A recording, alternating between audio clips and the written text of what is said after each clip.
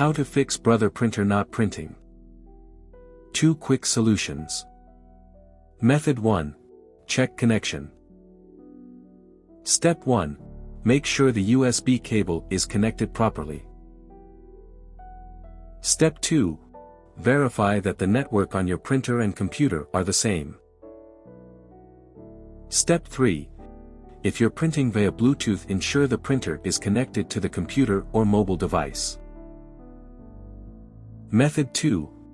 Cancel the print job and turn off the machine. Step 1. Go to your settings and open Bluetooth and other devices. Step 2. Click on Printers and Scanners and click on your printer. Step 3.